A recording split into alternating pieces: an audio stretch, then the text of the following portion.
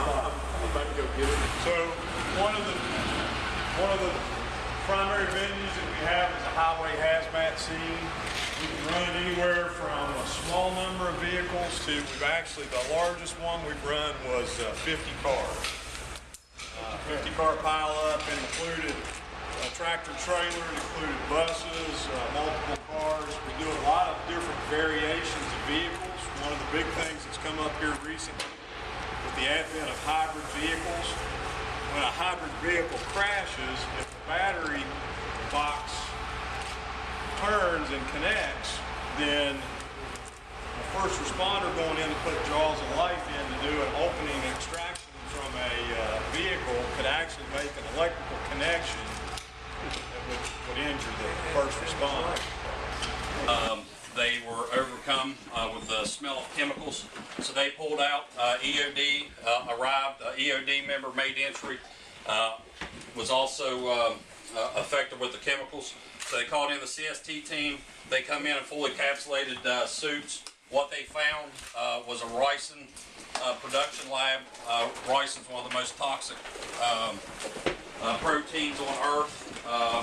It's the first known assassination with a biological agent. They assassinated a Russian politician. It was like 50 years ago. It's extremely highly toxic.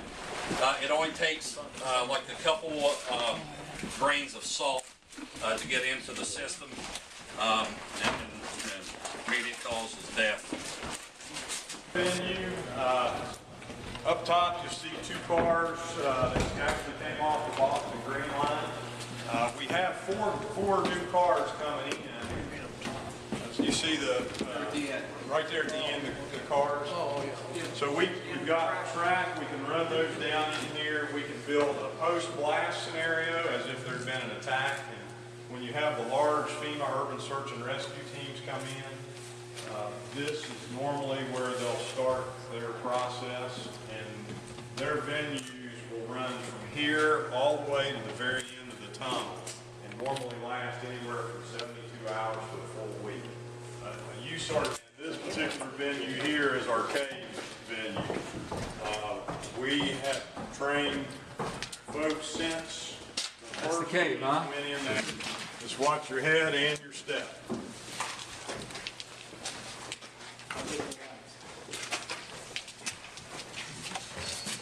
We try to do as much customer-focused training and development as we can for this.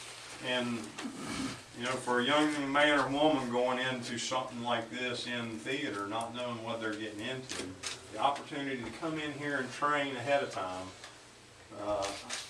I don't know we could put a number on how many lives we've saved, but I'm pretty confident that we've helped keep young men and women from across the United States alive, and we've done it with West Virginia ingenuity and capability, and it goes back to what you all push to get that voice for us to show that, hey, we can do things pretty cost effectively and we're pretty innovative.